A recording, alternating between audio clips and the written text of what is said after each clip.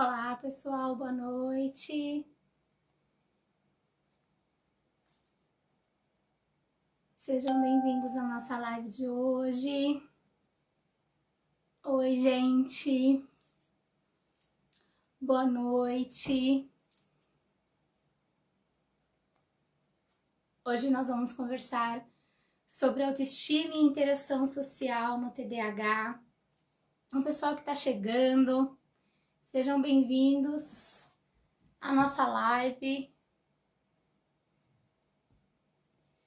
Hoje nós vamos conversar sobre autoestima, interação social, as dificuldades que as crianças e os adolescentes encontram em relação ao comportamento que eles têm devido ao TDAH, ao transtorno de déficit de atenção e hiperatividade, nessa série de lives que a gente está fazendo no Portal Me, sobre essas questões e essa dificuldade aí que as pessoas, as crianças passam com essas questões da desatenção, da falta de paciência, de uma certa forma, que esse distúrbio, que esse transtorno faz com que as pessoas que têm, sintam essa dificuldade de ficar atento, de saber esperar. Então hoje a gente vai falar aí sobre o que isso afeta, na autoestima, o que isso afeta no comportamento, nas relações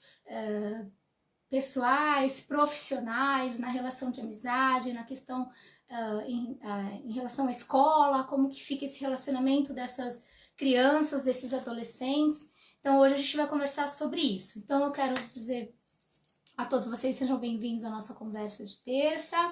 Eu vou me apresentar enquanto o pessoal está chegando. Eu sou Viviane Gomes, sou neuropsicopedagoga e atuo aqui no Japão com atendimento a crianças e adolescentes com dificuldades de aprendizagem, transtornos e distúrbios de desenvolvimento. E venho aqui no Portal Me para falar sobre essas questões, trazer essas informações aqui para a comunidade brasileira no Japão. E começamos essa série sobre o TDAH, já fazem algumas semanas, e hoje a gente vai falar sobre essa questão de relação, Tanto da pessoa com si mesma em relação à autoestima, quanto à interação social. Eu não estou conseguindo ver as mensagens, então eu vou pegar aqui o meu iPad para ver se eu consigo logar vocês, porque não está subindo mais para mim. Então eu vou só dar uma verificada aqui, pessoal, para ver se eu consigo ver as mensagens, tá? Enquanto isso, curtem e compartilhem a página do Portal Me, a minha página, a página NeuroKids, que lá vocês encontram bastante informação também sobre desenvolvimento, sobre neurodesenvolvimento, atividades relacionadas à escola, à criação de filhos. Então vocês encontram material bacana lá também aí no Facebook, na página do Instagram, lá no Instagram também, NeuroKidsBR, vocês acabam encontrando material lá. Deixa eu só ver se eu consigo acessar aqui para conseguir ver as mensagens. Gente, hoje a live vai ser um pouco mais rápida. Deixa eu só entrar no site na página do Portal Me. Então, pessoal, por favor, curtam e compartilhem aí para chegar na turma aí que precisa saber um pouco mais sobre esse tema. Ah, tá, gente, aqui agora eu achei vocês. Deixa eu baixar o som. Agora eu consigo ler. Oi, Alice, boa noite.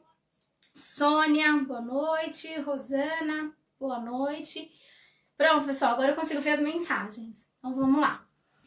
Se vocês tiverem alguma dúvida, alguma pergunta, quiserem saber alguma coisa, pode mandar os comentários durante a live. O que eu não conseguir responder durante a nossa conversa, pode mandar também em inbox, que eu converso eu sempre dou os retornos, tá bom? Às vezes eu não consigo falar na hora, mas depois a gente conversa, tá?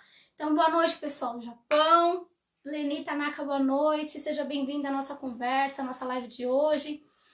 Eu vou estar falando sobre crianças e adolescentes, mas tem muitas questões da fala de hoje que ela dá para ser levada para adultos, tá? Ou para idosos, porque os comportamentos eles são muito parecidos, tá? Então, se vocês tiverem aí alguma dúvida em relação ao que eu tô falando, a gente vai conversando, tá? Como identificar um adolescente com TDAH? Sim, nós fizemos umas lives anteriores, nós falamos sobre o diagnóstico do TDAH, como ele é feito, o que ele é feito, quem que faz. Então, eu vou te falar rapidinho, Ed, porque você der uma busca aí nas séries de lives do portal, você vai encontrar. Mas, assim, o transtorno de déficit de atenção e hiperatividade é um transtorno neurobiológico, então é uma condição, né, de quem tem, e todos os seus comportamentos são oriundos desse transtorno. Então, eles acontecem por causa desse transtorno. Então, o que é importante os pais saberem, a gente saber, é que eles não fazem o que fazem porque querem, tá? Existem questões neuronais aí que fazem com que esse comportamento ocorra. Então, essa falta de atenção, essa falta de foco, essa dificuldade em memorizar algumas coisas, em cumprir com compromissos, dificuldades de desenvolvimento em relação à escola, de aprendizado, isso tudo não é porque a criança ou o adolescente quer, tá? Existe aí sim uma questão biológica, né, neuronal, que faz com que aconteça, né? Então, é mais ou menos isso para vocês entenderem. E em relação ao diagnóstico médico, tá? Então, procura um médico, um psiquiatra, né? Ou um neuro, e aí ele vai fazer uma avaliação, um neuropediatra, se for criança, ou se for adulto, aí você busca um profissional específico da área, né? Psiquiatria são eles que vão realizar o diagnóstico, tá? Então, eles vão fazer aí uma avaliação. Existem algumas formas dos médicos fazerem essa avaliação e aí eles vão chegar no diagnóstico sim ou não, tá? Boa noite, Leico. Boa noite, Portal Me. Obrigado pelo espaço, mais uma vez. Obrigado por poder estar aqui conversando com a comunidade sobre esses assuntos. E aí hoje, então, vamos começar aí a falar sobre a questão da autoestima dentro do TDAH.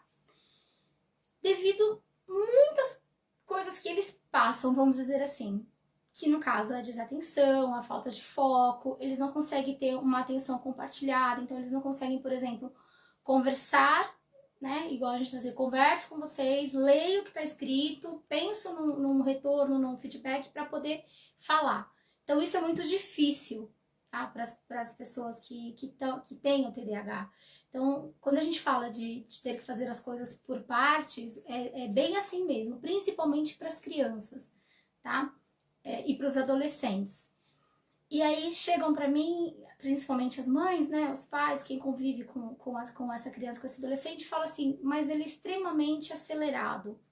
Por que que eu tenho que falar por partes, né, dando comandos verbais, que a gente chama de comandos verbais curtos, né, com formas de pedidos, vamos dizer assim, né, com solicitações curtas e espaçadas. Então não adianta eu chegar num adolescente ou numa criança com o TDAH e pedir para ele uma sequência de informações que ele tem nessa informação, sei lá, 3 coisas para fazer. Ele não vai fazer, né? Quando você chegar e terminar de falar o terceiro item daquilo que você gostaria que ele executasse, que ele fizesse, ele já se perdeu. Ele tá lá do primeiro pro segundo ainda, né? E aí, como ele já tá tentando entender logo o começo, quando você chega no final, ele já se dispersou. E aí ele já não sabe mais o que ele tem que fazer. Como ele não sabe o que ele tem que fazer, ele não vai fazer. E aí é onde os pais começam a brigar, né? Porque fala que não ouve, que vive no mundo da lua e tal. Então é um pouquinho complicado. A Edith tá falando, obrigada, meu filho tem muita dificuldade na escola. Sim, a questão escolar, ela a gente não pode considerar como sintomas, mas é algo que é extremamente presente dentro do TDAH, tá? Eles mostram toda essa dificuldade desde sempre, vamos dizer assim, né? Então, desde pequenininho, desde quando estão lá, desde bebê, você já percebe que tem um comportamento diferente, tá? Então, a gente consegue perceber indícios do TDAH bem pequenininho, desde bebê. Não quer dizer que a gente, porque é uma criança, é um bebê muito agitado, não dorme bem, não dormir bem também faz parte.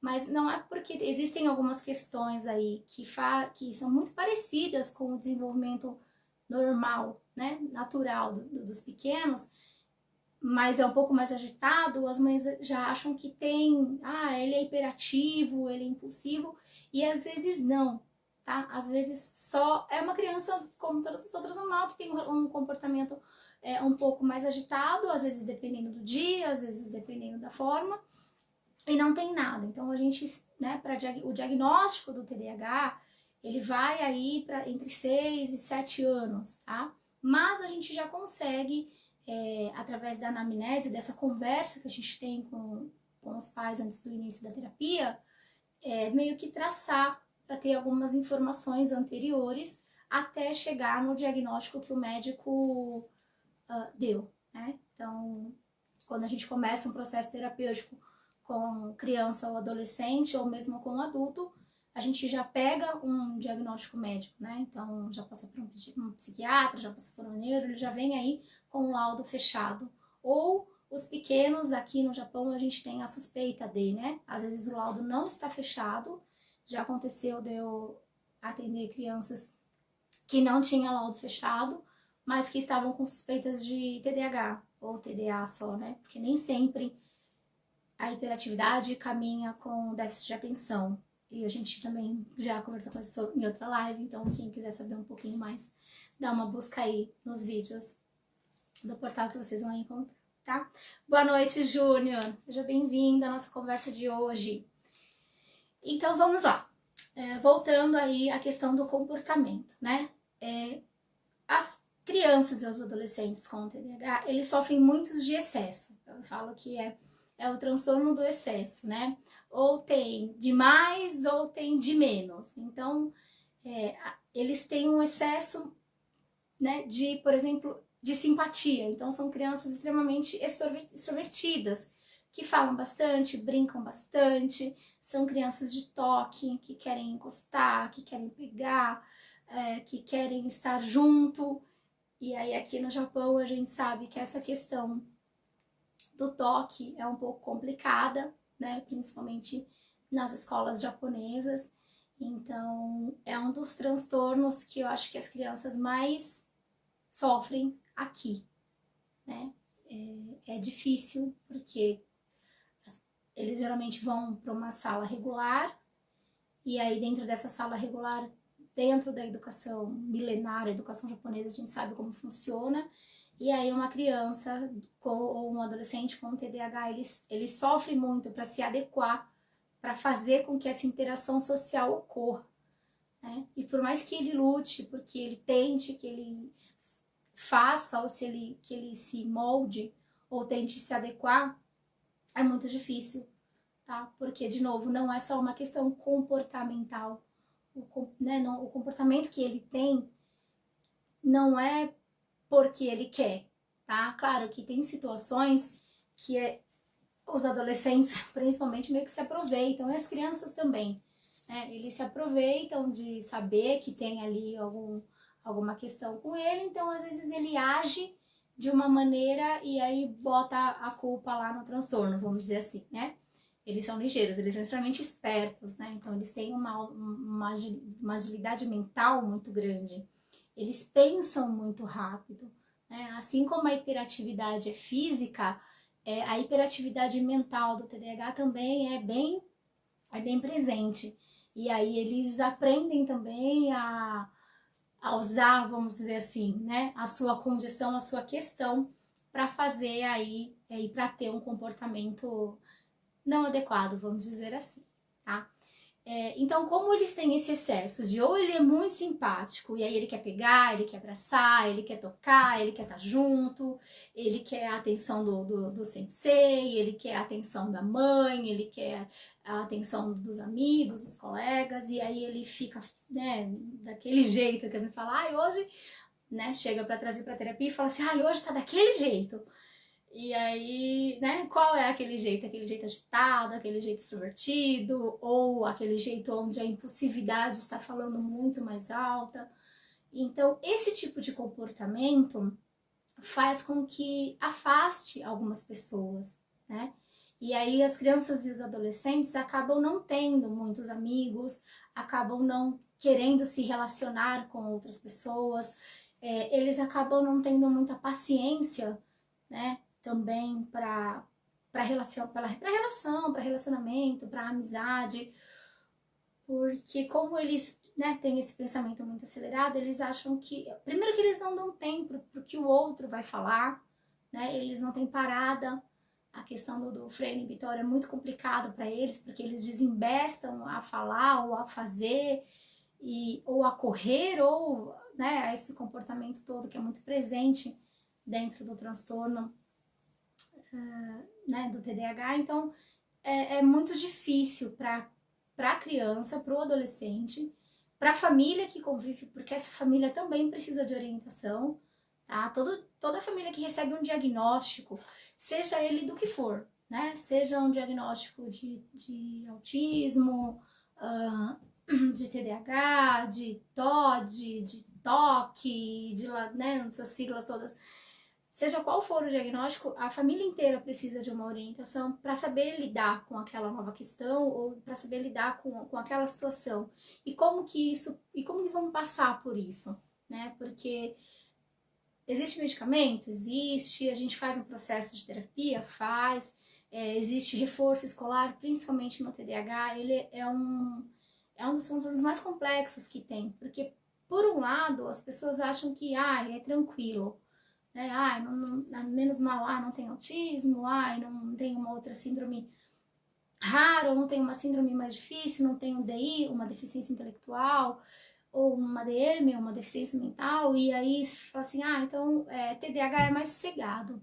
E não é bem assim, tá? É um dos transtornos que tem sido é um dos mais estudados, porque ele é muito complexo, né? E como algumas pessoas passam pela vida tendo ele, chegam na vida adulta de uma forma um pouco mais difícil, mas chegam, acham que é tranquilo, e não é, tá? Existe um sofrimento físico pela questão da hiperatividade, porque isso demanda muita força do corpo, muita energia, muito tudo. Então, essa bagunça que eles fazem aí é uma bagunça que demanda muita energia física deles, então não é só da gente não que tá atrás, mas deles que passam, que sofrem com isso, porque é difícil, né?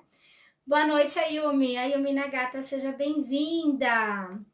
A Ayumi já tá falando aqui com a gente, ó. Esse excesso pode ser tanto para de mais como para de menos? Sim, a gente tá falando, né?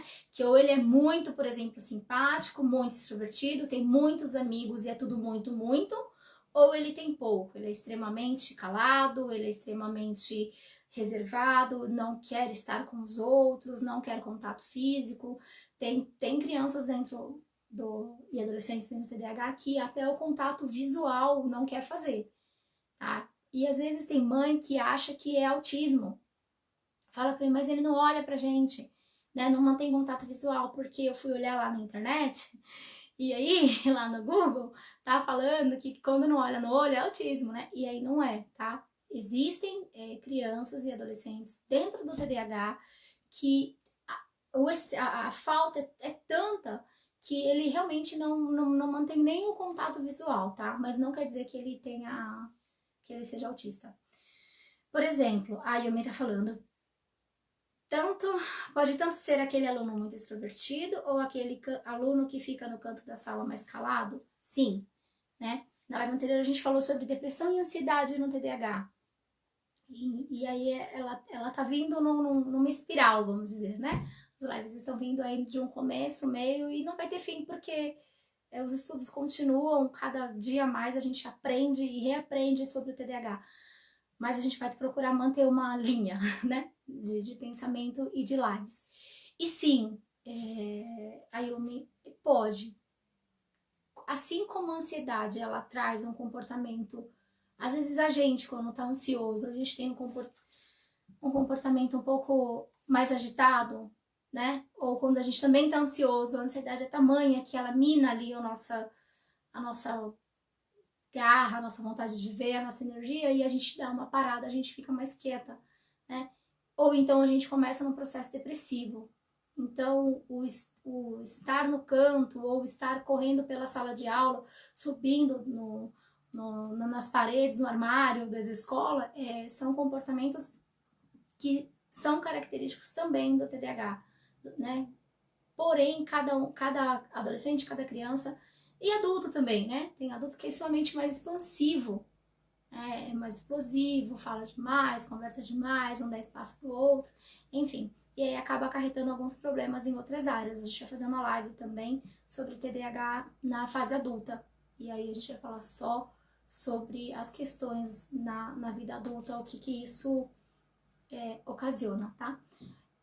Mas por hora vamos voltar lá na base, vamos identificar aí com as crianças e com os adolescentes todas essas dificuldades, porque certamente vai interferir na vida adulta, tá?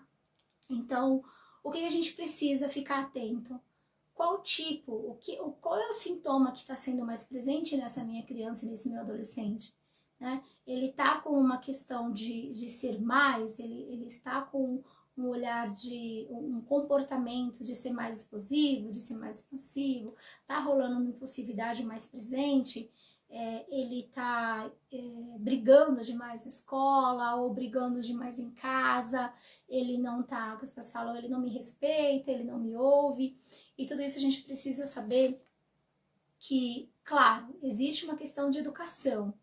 Então a gente sempre está falando com os pais que não é porque ele tem um diagnóstico que ele é o diagnóstico, tá? Então é importante saber o que a gente tem, é importante saber por que a gente age dessa forma, é importante, mas isso não quer dizer que me define, né? Que a gente não pode deixar que esse tipo de situação define a pessoa. Então os pais sim têm que orientar, sim, têm que educar, sim. Por quê? O que é não, seja para quem tem TEA, seja para quem tem TDAH, seja para quem tem TOD, seja para quem for, né? O que não o que não tem que ser, o que não é possível da gente ter, esse comportamento que a gente não tem que ter, a gente não tem que ter e pronto, tá? Então isso tem que ser ensinado. Pai, mãe, escola, terapia, não importa, né? Quem tiver aí no ciclo de desenvolvimento dessa criança, quem tiver responsável pelo desenvolvimento dessa criança, desse adolescente, precisa garantir uma educação de qualidade, uma educação moral de qualidade, até porque precisa ajudar ele a entender e saber moldar o seu comportamento e saber se reorganizar. Então, não, a falta de educação, né? Tem mãe que fala pra mim, é transtorno de educação, é ter, né?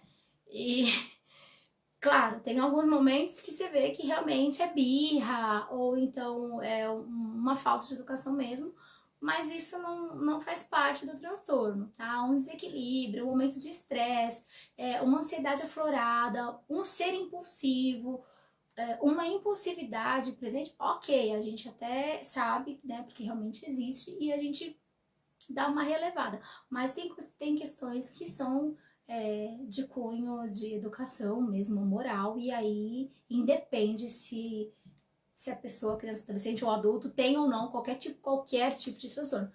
Aí a gente não tá falando só de TDAH não, estamos falando de todos eles, né? Transtorno, distúrbio, seja o que for. Falta de educação, a gente não diagnostica, né? Não tem papel dizendo que o médico não vai diagnosticar esse tipo de coisa. Então, a gente precisa ficar muito atento, né? Principalmente os pais, para não colocar nesse tipo de comportamento a informação de que ele é assim porque ele tem isso.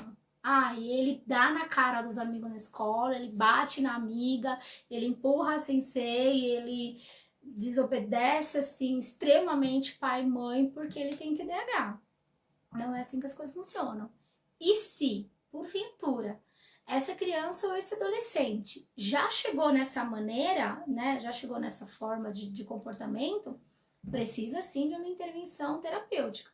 Precisa de uma intervenção de uma psicoterapia, precisa de uma intervenção comportamental, de uma terapia comportamental, precisa treinar habilidades aí para que esse comportamento se extingue, suma, desapareça, porque também a gente, né, não dá para viver em sociedade dessa maneira. Então, os pais precisam estar atentos, ver como que está acontecendo, ver se está muito além do permitido, né, se esses comportamentos, problemas e essas situações onde essa criança e esse adolescente se envolvem, se ela está além do permitido ou muito além do normal, aí sim precisa buscar ajuda, orientação para ontem, tá? Nós conversamos na live anterior também, falando sobre a probabilidade, né, de quem tem o TDAH ir para o caminho dos vícios, né, então de droga, de bebida, né, enfim. Então, se a gente conseguir readequar esse tipo de comportamento lá na infância, ou na pré-adolescência, ou, né, na adolescência fica tudo um pouco mais difícil. Mas ainda assim é possível, tá? O trabalho com jovens é possível sim. Aí tu fala, a gente tem que fazer enquanto é pequeno. O ideal é que faça enquanto eles são pequenos. Mas com os jovens também é possível, tá? Eles ouvem sim, mesmo os que têm o TDAH, a gente só precisa ter um vínculo, criar um vínculo e eles se sentirem acolhidos e entendidos, que a gente consegue sim fazer um trabalho. Eu trabalho bastante com jovens com TDAH, né? Então, adolescentes com 14, 15, 16, 17 anos que possuem o transtorno e que estão aí com grandes dificuldades de aprendizagem, de desaprendizagem e que precisam saber treinar essas formas de autocontrole para que eles consigam desenvolver essas habilidades, essas capacidades que a gente tem de parar, pensar antes de agir, tá? Porque isso a gente aprende, né? Então, dentro do TDAH, isso também demora um pouco mais de tempo, eles precisam de um pouco mais de tempo e eles fazem um esforço muito maior para entender questões que para nós é muito simples, é muito tranquila, tá? Mas é possível e eles melhoram sim. A Yumi, super correto, qualquer tipo de transtorno deve ser corrigido, mesmo ainda mais se for caso de crianças ter TOD.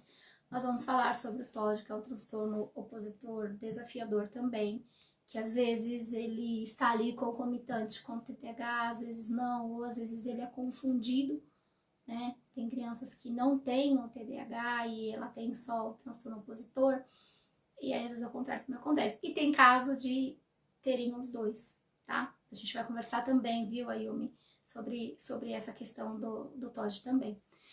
Todo comportamento bem moldado tem resultados maravilhosos no futuro, perfeito. Pode até ser que não seja maravilhoso ou que não obtenha o êxito que os pais esperam, né? Porque a gente tem que trabalhar, eu trabalho muito com a ansiedade, né?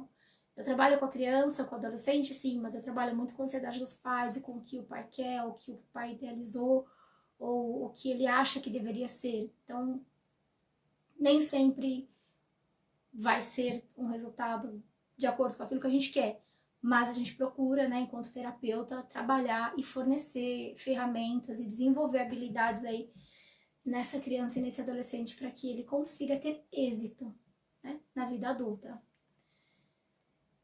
Kátia Ribeiro, olá Kátia, com quantos anos já se diagnostica o TDAH? Então, Kátia, segundo o DSM, né, que é um manual de doenças mentais aí que a OMS elaborou, e aí meio que todo mundo, meio que não, né, todos nós seguimos, a gente, geralmente a partir de 6 anos, e aí existem algumas questões, tá, como o TDAH é um transtorno que a gente faz, né, os médicos fazem uma avaliação através de perguntas, de questões. Existem os testes de QI também, né, que ajuda, o VIS que ajuda a gente a descobrir se tem a déficit de atenção e hiperatividade. Então, geralmente eles fazem também esse teste do VIS, que esse teste de QI, ele sempre vai dar alguma alteração, porque se o meu transtorno mais presente ali for o déficit de atenção, então tem muitas questões ali que vai fazer errado, vai responder errado, ou pela hiperatividade vai estar tão agitado e vai acabar respondendo também questões erradas. Então é claro que o gráfico ali vai ficar ruim, tá? Então geralmente eles têm grandes problemas aí no VISC. Mas aqui no Japão eles fazem, tá? Esse tipo de teste, e aí geralmente a partir dos 6, 7 anos já estão realizando o diagnóstico. Tem médico que prefere esperar um pouco mais para fechar mesmo o laudo, né? Tem uns que já colocam como suspeita de, então é um pouco difícil. Quanto mais novinho, mais difícil é, porque existem algumas questões do TDAH que são muito iguais ao desenvolvimento infantil. Então, ele pula do sofá, ele não para, ele se mexe o tempo todo, ele não dorme bem, e aí são questões que fazem parte, né, do desenvolvimento das crianças, então fica um pouco mais difícil eles conseguirem diagnosticar mais cedo, tá? Mas é mais ou menos nessa idade. Geralmente, os pais percebem mesmo assim entre 7 e 8 anos, porque eles iniciam um processo de alfabetização, né, com 7 anos, 6 para 7 anos, e aí a criança não consegue ser alfabetizada. E aí quando chega na escola, a coisa explode, né? Sempre acaba acontecendo na escola, porque como eles saem do campo de vista só da família, então às vezes a família até sabe, a família até acha que tem alguma coisa ali que não tá legal, que tá diferente, que o comportamento não é correto, ou que é a mais, ou que é a menos, mas não sabe o que é. E aí quando chega na escola, com as questões escolares, tudo, acaba percebendo, tá? Então, geralmente com essa idade aí você já consegue ter o diagnóstico. E aí você pode ter a vida inteira, adulto, adolescente, idoso, tá? Não tem idade para realizar e fechar o diagnóstico, não. Tá bom? Ayumi, ou do contrário, resultados catastróficos. Sim, ou a gente tem um desenvolvimento bacana, maravilhoso, ou a gente tem aí um adulto com grandes questões de relacionamento, né? E de trabalho e de tudo mais. A gente vai conversar sobre isso também. Crianças sem limites, a Yumi tá falando, né? Crianças sem limites, ainda mais se tratando de crianças com transtornos, causam um desequilíbrio para a sociedade num todo. Limite é tudo. Sim, eles precisam de limite, precisam saber e entender primeiro o que eles têm, como eles têm que agir, a forma com que eles têm que agir. Por isso que é muito importante que as crianças e os adolescentes, inclusive os adultos, todas as pessoas que possuem o déficit de atenção e hiperatividade, impulsividade, precisam de uma orientação, precisam estar com pessoas que consigam trabalhar com eles habilidades para que eles entendam o que eles estão vivendo, ou que eles já viveram, ou que eles viverão, para diminuir essas dificuldades. É exatamente isso, é desenvolver habilidade para diminuir as dificuldades, que é a chamada aí da NeuroKids, e é exatamente isso, e não só para o TDAH, tá? Em todos os sentidos. Por quê? Porque a gente consegue trabalhar, a gente consegue treinar essa criança, a gente consegue treinar esse adolescente, e treinar sim esses adultos, o quê? Há formas e maneiras de autocontrole. Então a gente consegue trabalhar técnicas, a gente trabalha jogos, a gente trabalha treino mesmo, né? De papel, e que a gente mede tempo que fez, que não fez, como fez, e aí o retorno que ele nos dá, a gente consegue medir, avaliar como é que foi a sessão ou o que ele fez. Até a maneira de pensar, então a gente vai desenvolvendo com eles essas capacidades de parar e pensar antes de agir, porque isso também faz com que eles tenham um problema muito sério de interação social. Eles, devido à impulsividade, é algo tão marcante, tão assim, que as pessoas se afastam e não querem conviver, né? Ninguém quer conviver com uma pessoa que não pensa antes de agir, com uma pessoa que fala demais e não espera o outro falar, uma pessoa que interrompe o outro o tempo todo, que tem aquele tipo de comportamento de que acha que só ele que sabe tudo. Essas são falas que eu recebo muito. As pessoas falam, às vezes eu vou falar, Vivi, e aí, né, principalmente adolescente, e aí ele já fala, já sei, mãe, eu sei como funciona, eu não quero saber.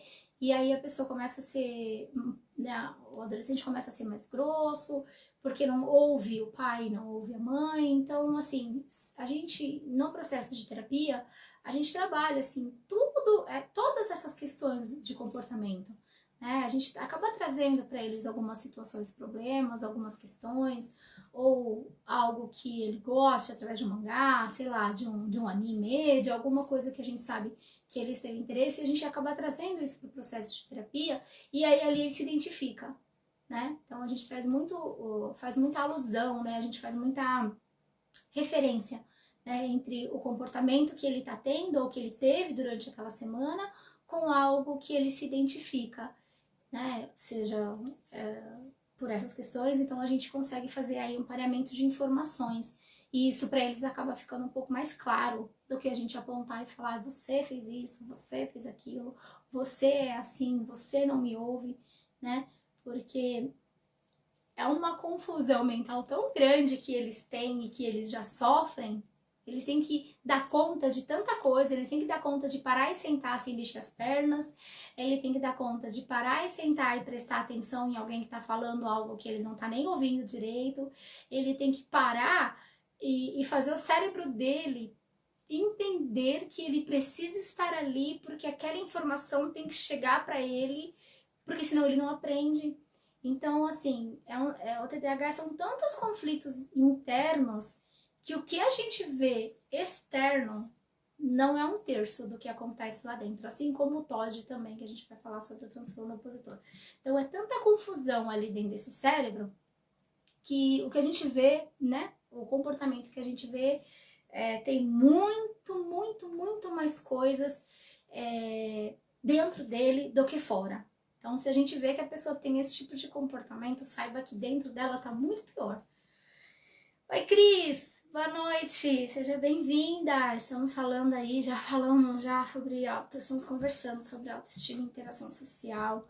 Então, o que leva aí as crianças e os adolescentes e alguns adultos terem grande dificuldade de interagir em sociedade, entre os pares, seja na escola, seja no trabalho, no caso dos adultos e dos adolescentes que já iniciam o trabalho aqui no Japão logo cedo, e em relacionamento mesmo. Então, assim, é muito difícil, porque eles precisam se organizar, se entender, e às vezes as pessoas que estão próximas não conseguem dar esse tempo, né, para que eles se entendam, e por vezes eles acabam utilizando-se sim também dessa situação para poder fazer e ter um comportamento que não é bacana, tá? Então, por que a gente tem um problema de autoestima? Porque ou ele é extremamente expansivo ou ele é extremamente reservado. Então, ou ele se dá muito bem, ele tem muitos amigos, ele conhece muita gente e ele tá sempre rodeado de muitas pessoas, né?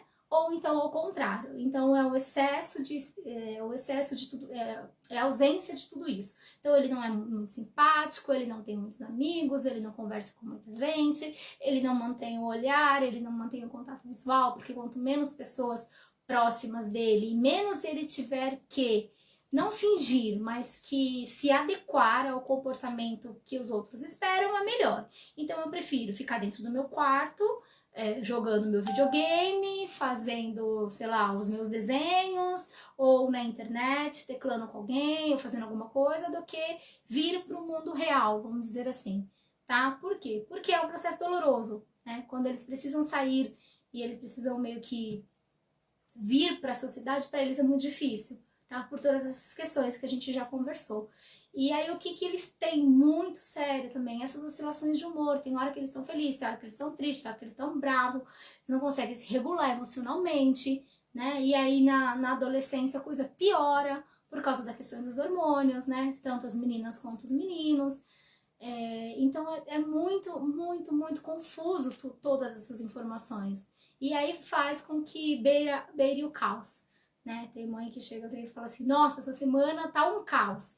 A vida dele tá um caos, a minha vida tá um caos, a vida a casa tá um caos, né? Justamente por essas oscilações de humor e essa oscilação de comportamento, tá? Mas isso tudo pode ser trabalhado, viu, gente?